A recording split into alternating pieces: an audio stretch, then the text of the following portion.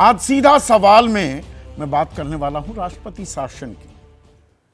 अब आप कहेंगे अरे देश में चुनाव हो रहा है, पूरे शबाब पर हैं, 19 तारीख से पहले चरण का मतदान होने वाला है और आप बात करने लगे राष्ट्रपति शासन की। जी हां, यह भी चुनाव से जुड़ा है, यह भी एक कड़ी है।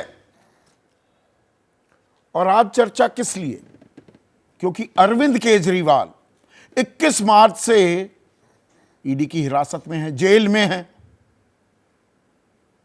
अब ऐसा कोई कानून नहीं है, वो फर्स्ट सिटिंग मुख्यमंत्री हैं आजाद भारत के इतिहास में जिन्हें जेल भेजा गया। ऐसा कोई कानून नहीं है कि भाई सिटिंग चीफ मिनिस्टर को जेल में नहीं भेजा जा सकता। अब वो कह रहे हैं जेल से ही सरकार चलाऊंगा। अब ऐसा कोई कानून नहीं है जो उन्हें रोके, लेकिन पद और गोपनीयता की शपथ भी ली जाती है। जब आप मुख्यमंत्री बनते हैं, मंत्री बनते हैं, तो ये पद और गोपनीयता की शपथ लेते हैं। तो कोई आदेश पारित होगा जेल से, अब वो सील बंद लिफाफे में तो नहीं किया जा सकता। उसकी वेटिंग होगी, जांच पड़ताल होगी, अधिकारियों को, जेल अधिकारियों को उसकी जानकारी हो जाएगी। तो गोपनीयता तो फुर हो गई। तो वो आदेश देते रहते हैं। और आतिशी सिंह, सौरभ भारद्वाज, जो आज की तारीख में सबसे कद्दावर मंत्री हैं दिल्ली सरकार के, वो जनता को बताते हैं कि देखिए शिक्षा के क्षेत्र में महिलाओं के लिए अरविंद केजरीवाल ये काम करना चाहते हैं, ये आदेश उन्होंने जेल से हमें दिए हैं, किसी का हक नहीं मारा जाएगा। ये तो है पोस्चरिंग। जनता के सामने एक पेशबंदी की जा रही है, लेकिन हकीकत कुछ और है। और इसमें कई पेच हैं।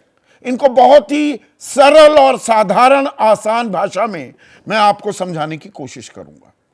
आज आतिशी सिंह, जिनका मैंने जिक्र किया, उन्होंने एक बड़ा दावा किया, आरोप लगाया कि दिल्ली में राष्ट्रपति शासन लगाने की तैयारी हो रही है। विश्वसनीय सूत्रों से पता चला है कि आने वाले कुछ दिनों में भारतीय जनता पार्टी शासित केंद्र सरकार दिल्ली में राष्ट्रपति शासन लगाने वाली है। दिल्ली में कुछ दिनों से किसी भी अफसर की पोस्टिंग नहीं हो रही है। अब ये 2-3 चीजों को, कड़ियों को जोड़ा जा रहा है। ऐसा नहीं है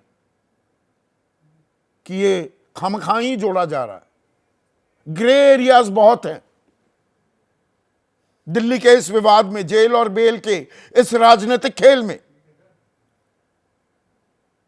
अरविंद केजरीवाल के जो निजी सहायक थे, 20 साल पुराने मामले का हवाला देकर उन्हें बर्खास्त कर दिया गया है। दिल्ली में कई विभाग के पद खाली हैं, अफसरों की पोस्टिंग नहीं हो रही।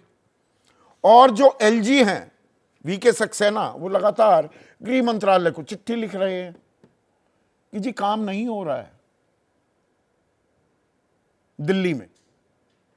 अब दिल्ली जो 356 है, राष्ट्रपति शासन लगाने का अनुच्छेद, वो एक साधारण सामान्य राज्य के लिए है। दिल्ली अब साधारण राज्य नहीं है। दिल्ली दरअसल इज ए क्वासी स्टेट। कुछ अधिकार एलजी के पास, कुछ मुख्यमंत्री के पास। तो दिल्ली चलता है अनुच्छेद 239 ए और 239 ए बी। और 239 ए बी जो है, इसके तहत राष्ट्रपति शासन की अनुशंसा की जा सकती है कि मंत्रिमंडल नहीं चला पा रही है सरकार। यह सिफारिश एलजी के पास, उपराज्यपाल के पास करने की ताकत है गृह मंत्रालय को, वो कह सकते हैं। और विधानसभा भंग भी की जा सकती है। अब पेच समझिए और खेल को समझिए। अरविंद केजरीवाल अड़े हुए हैं। 20 दिन हो गए इस बात को। 21 मार्च से आज हम 11 अप्रैल से आगे बढ़ चुके हैं। 20 से भी ज्यादा दिन हो गए। 12 अप्रैल है आज। तो अभी तक तो सब ठीक था, लेकिन पेच कहां आया, कहानी में ट्विस्ट कहां आया?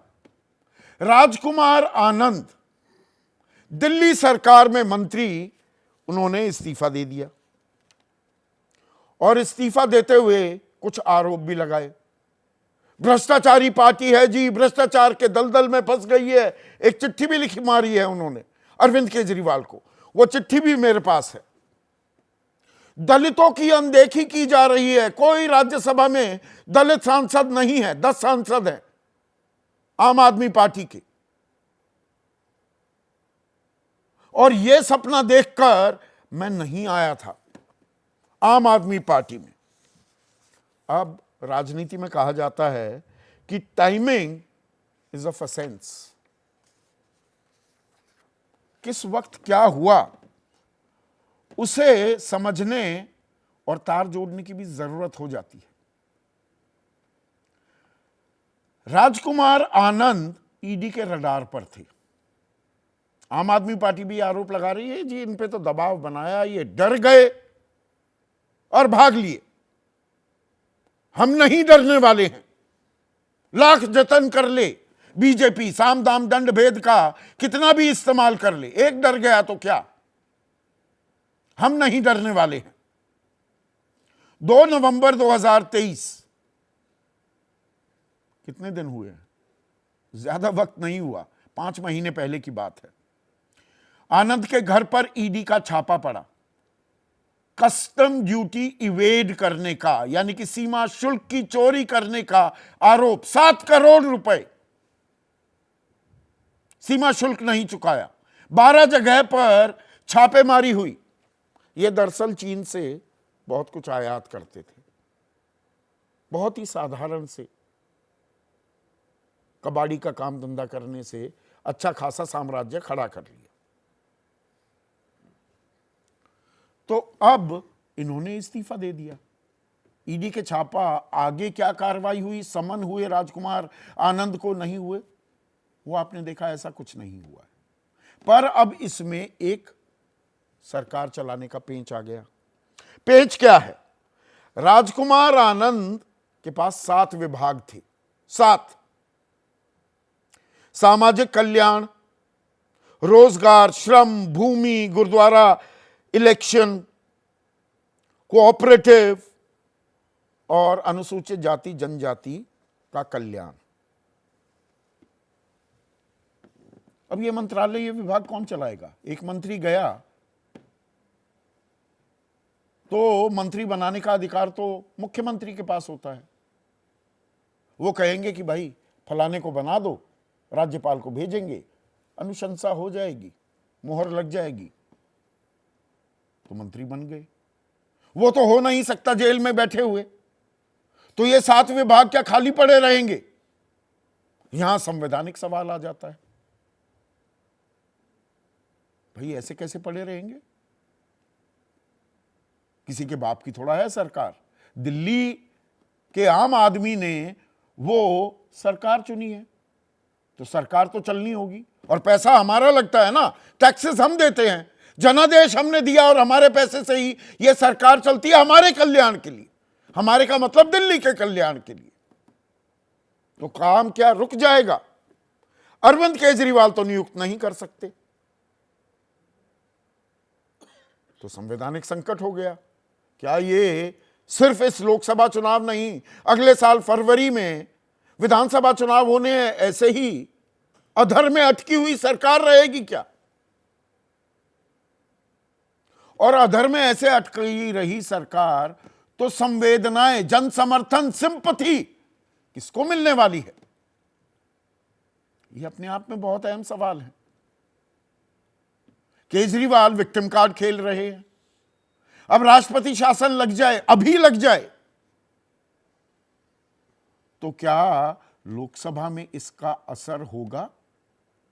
इसीलिए बीजेपी के नेता इस दावे, आतिश सिंह के इस दावे पर क्या प्रतिक्रिया दे रहे हैं? आप नेता अनाप शनाप बात करते हैं, दिल्ली का कामकाज प्रभावित हो रहा है, कुर्सी पर चिपके रहना चाहते हैं, दिल्ली की समस्या का निदान कौन करेगा? ये मनोज तिवारी कह रहे हैं, लोकसभा सांसद भी हैं, दिल्ली बीजेपी के प्रदेश अध्यक्ष भी रह चुके हैं। वीरेंद्र सचदेव, दिल्ली बीजेपी अध्यक्ष, वो कहते हैं 60 से ज्यादा विधायकों वाली पार्टी के पास पर्याप्त बहुमत है, 3/4 से ज्यादा का बहुमत है, जिसे एब्सोल्यूट मेजॉरिटी हम कहते हैं। टीवी पर आजकल 50% से ज्यादा आपके पास सीटें आ जाए उसे भी एब्सोल्यूट कहने लगे हैं, वो गलत है, वो सामान्य बहुमत होता है। फिर इस मामले में क्यों डर रहे हैं? आतिशी काल्पनिक और तुच्छ कहानियां गढ़ने में माहिर है। मनजिंदर सिंह सिरसा कह रहे हैं बीजेपी नहीं चाहती दिल्ली में राष्ट्रपति शासन लागू हो, अपने सर ठीकरा क्यों फोड़े, क्यों शहीद बना दें अरविंद केजरीवाल को। उनकी पार्टी तो शहीद आजम भगत सिंह और बाबा साहिब भीमराव अंबेडकर के बीच अब फोटो लगाने लगे हैं, अरविंद केजरीवाल की सलाखों के पीछे की फोटो। सुनीता केजरीवाल को सीएम बनने नहीं दे रहे संजय सिंह, अब यह नया पेच डाल दिया है। तो इस रस्साकशी में भाई 60 से ऊपर आपके विधायक हैं, आप किसी को मुख्यमंत्री बना दीजिए तो जेल से चलाने का काम, वो अड़चन ही दूर हो जाएगी, दिल्ली में कामकाज भी होगा। यह आम आदमी पार्टी बड़ी आसानी से कर सकती है, या अरविंद केजरीवाल को काम करने दिया जाए, उनके घर को भी जेल में तब्दील किया जा सकता है, डीजी प्रिजन्स ये ऑर्डर दे सकते हैं। सहारा समूह के मालिक सुब्रत राय के लिए भी यह हुआ था, जब उन्हें नीलामी करनी थी बहुत सी प्रॉपर्टीज की, जो देनदारी थी उसे दूर करने के लिए जेल का ही एक हिस्सा उनका दफ्तर बना दिया गया था, पर वहां पद और गोपनीयता की शपथ का खेल नहीं था। तो अब ये राष्ट्रपति शासन के दावे या इसकी संभावना स्ट्रोक आशंका, इसमें क्या राजनीतिक खेल है और ये किसके फायदे या किसके नुकसान की ओर इशारा कर रहा है, इसी पर आज हम चर्चा करने वाले हैं। ऐसे में आज का सीधा सवाल, दिल्ली में प्रेसिडेंट रूल या आपका इमोशनल टूल?